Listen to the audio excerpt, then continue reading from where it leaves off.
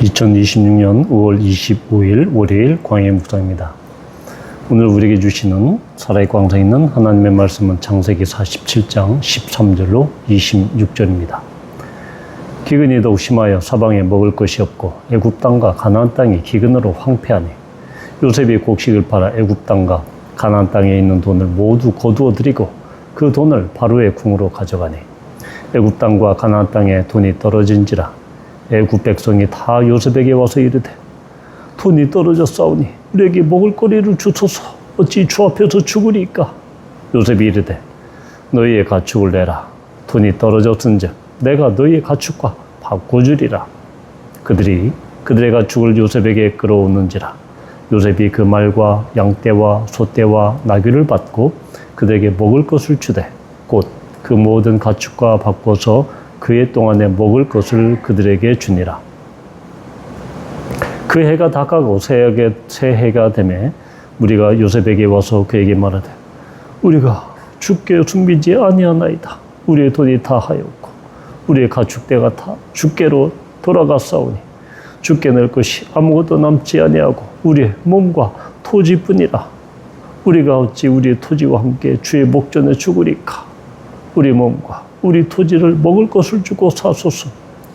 우리가 토지와 함께 바로의 종이 되리니 우리에게 종자를 주시면 우리가 살고 죽지 아니하며 토지도 황폐하게 되지 아니하리이다.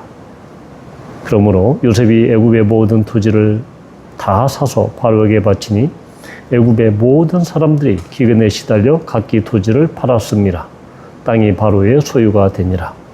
요셉이 애굽 땅 이 끝에서 저 끝까지의 백성을 성읍들에 옮겼으나 제사장들의 토지는 사지 아니하였으니 제사장들은 바로에게서 녹을 받음이라. 바로가 주는 녹을 먹음으로 그들이 토지를 팔지 않음이었더라. 요셉이 백성에게 이르되 오늘 내가 바로를 위하여 너희 몸과 너희 토지를 샀노라. 여기 종자가 있으니 너희는 그 땅에 뿌리라. 추수의 5분의 1을 바로에게 상납하고 5분의 4는 너희가 가져서 토지의 종자로도 삼고 너희의 양식으로도 삼고 너희 가족과 어린아이의 양식으로도 삼으라. 그들이 이르되 주께서 우리를 살리셨사오니 우리가 주께 은혜를 입고 바로의 종이 되겠나이다. 요셉이 애굽 토지법을 세우매 그 5분의 1이 바로에게 상납되나 제사장의 토지는 바로의 소유가 되지 아니하여 오늘날까지 이르니라. 아멘.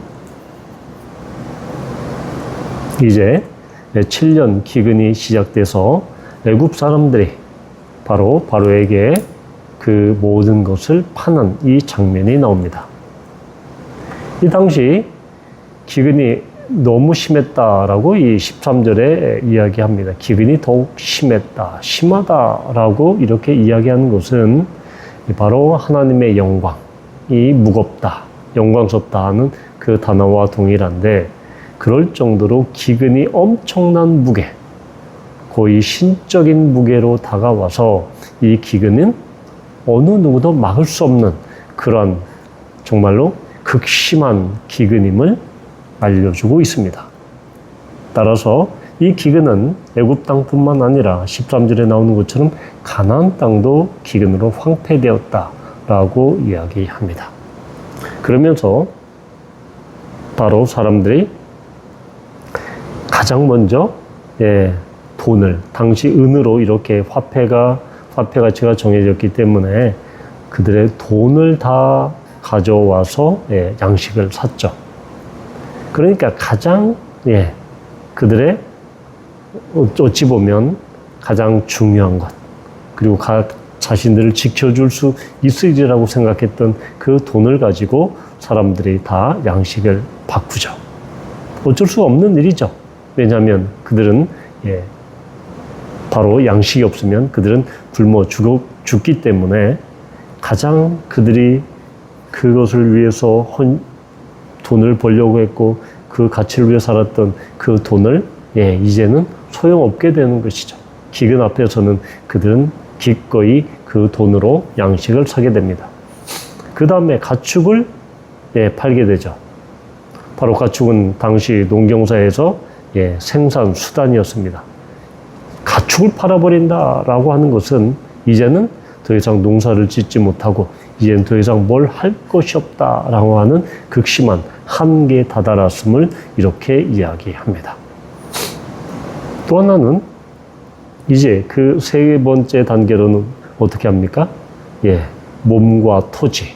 예, 그런데 18절에서 애굽 사람들이 우리는 이제 아무것도 남지 않았습니다. 돈도 없고 가축도 없고 이제 낼 것은 몸과 토지뿐이다. 그런데 여기서 몸이라는 것은 어떤 살아있는 바디, 그런 육체, 그것이 아니라 동물이나 사람의 시체를 이야기합니다. 또는 죽어가는 그 몸을 이야기합니다.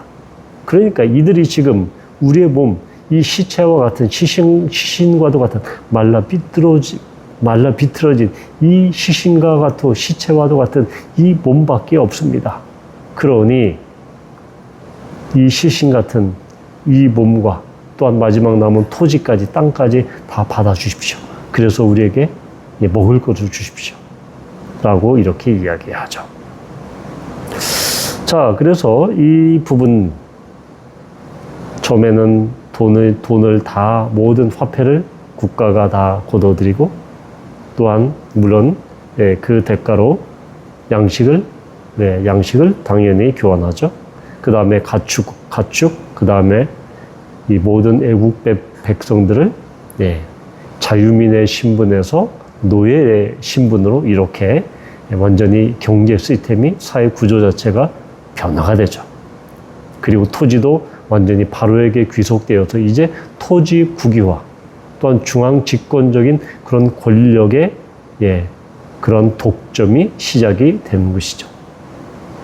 그래서 이 부분에 대해서 많은 사람들이 이야기합니다. 이것은 바로 이집트 제국의 완전히 이 폭력적인, 강압적인 그런 경제 정책, 또한 이 국가 폭력을 통해서 이렇게 국가가 독점하는 모든 것을 자본과 토지와 모든 것을 독점하는 그런 국가 제국주의다 라고 이렇게 비판하는 그런 입장이 있는가 하면 또 하나는 사실 이 국가 제국주의, 국가 독점론에 대한 가장 이 강력한 반증은 25절이죠.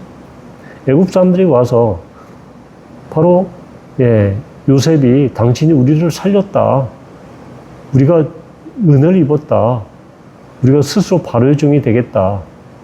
라고 하는 것. 억압을 받고 폭력의 굴레 가운데 국가와 폭력이 이렇게 당한 사람들이 스스로 찾아와서 이렇게 간청하고 요셉을 찬양할 수 있겠는가. 이것이 바로 이 국가 폭력론의 가장 맹점이죠. 또 하나는 바로 이러한 그 반대 입장은 구제론입니다. 즉 요셉의 이런 경제 정책이 국가의 부를 살찌우고 바로의 그런 억압적인 권위적인 국가 권력을 강화하는 그런 수단이 되었다라는 것보다는 요셉의 경제 정책이 바로 당시 애굽 사람뿐만 아니라 이 근동 지역의 많은 사람들의 생명을 살렸다라고 하는 이 구제론의 입장에서 이렇게 이야기합니다. 그 근거가 바로 이 애굽의 토지법이죠. 26절에 나와 있는 5분의 1이 바로에게 상납되었다. 그런데 이 당시 이 고대 근동에서 이 국가 소유 아니면 이 소작농의 보통 세율은 30%입니다. 그리고 심할 경우에는 50%가 넘어가죠. 그러니 이 5분의 1, 20%의 이 세금은 대단히 자비로운 것이었다. 따라서 요셉의 경제 정책은 국가가 토지를 수탈하고 백성들을 이 국가 노예화해서 이 강압적으로 다루는 그러한 폭력적인 그런 독점적인 제국주의가 아니다라고 이렇게 반박을 하죠. 물론 이 입장 둘은 지금 팽팽하게 맞서고 있습니다.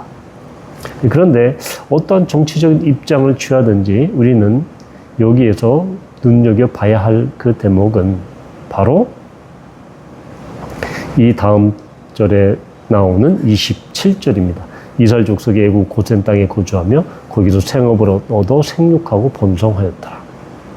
지금 애굽 땅에 있는 이 이집트 백성들은 돈이 떨어지고 가축도 떨어지고 그들의 몸을 국가에 의탁해서 스스로 종이 되고 또한 토지가 국유화되는, 그래서 이 먹을 것이 없어서 정말 배를 고른 모든 것을 다 내어준 그런 상황인데, 지금 고센 땅에 거주하면서 이스라엘 족속이 생육하고 번성하였다라고 이렇게 이야기하고 있습니다. 이것은 이 대단한 고백이 아닐 수 없습니다.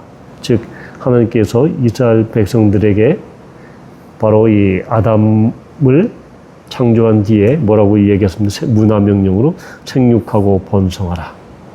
그리고 땅에 충만하라. 라고 그렇게 말씀하시지 않았습니까? 하나님의 명령이죠. 그 하나님의 명령이 지금 이 기근이 창궐한 때, 기근이 엄청난 그 시기에 거기에서 생육하고 번성했다. 이것은 하나님께서 보호하신 그 언약 공동체, 그리고 아브라함에게 창세기 12장에서 말씀하신 그 후손과 그 축복, 이것이 지금 고센 땅에서 그대로 이루어지고 있다. 말씀이 성취되고 있다라는 것이죠.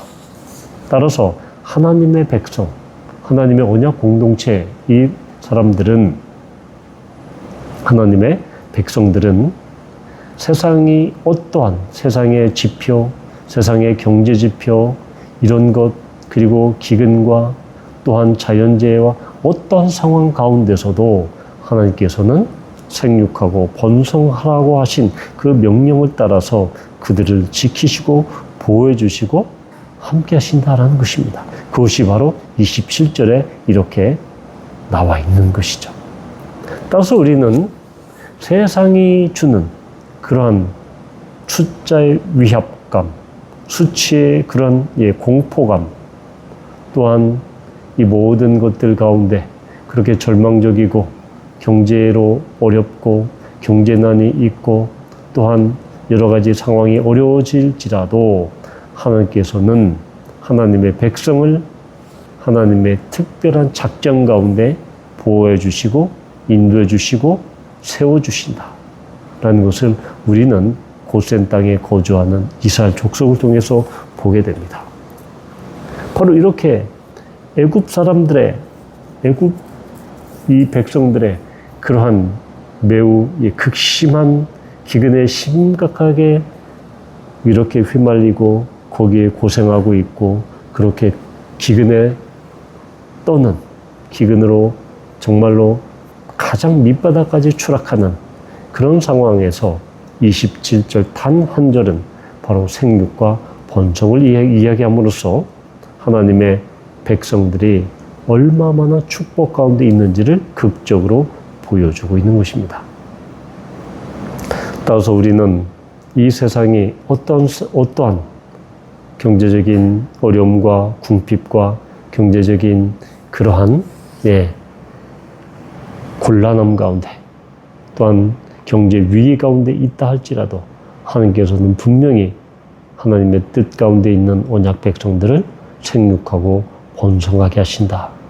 따라서 우리가 바라봐야 될 것은 경제 지표, 경제 수치가 아니라 하나님께서 그 언약 백성을 다스리시고 보호하시고 인도하신다는 그 하나님의 은혜를 바라봐야 하는 것입니다. 이런 은혜가 하나님의 백성인 우리 모두에게 어떠한 고난과 역경과 어려움 속에서도 하나님의 그 은혜를, 하나님의 그 임재와 보호하심과 인도하심을 바라보므로 말미암아 생육과 번성의 축복을 누리는 우리 모두가 되기를 축원합니다.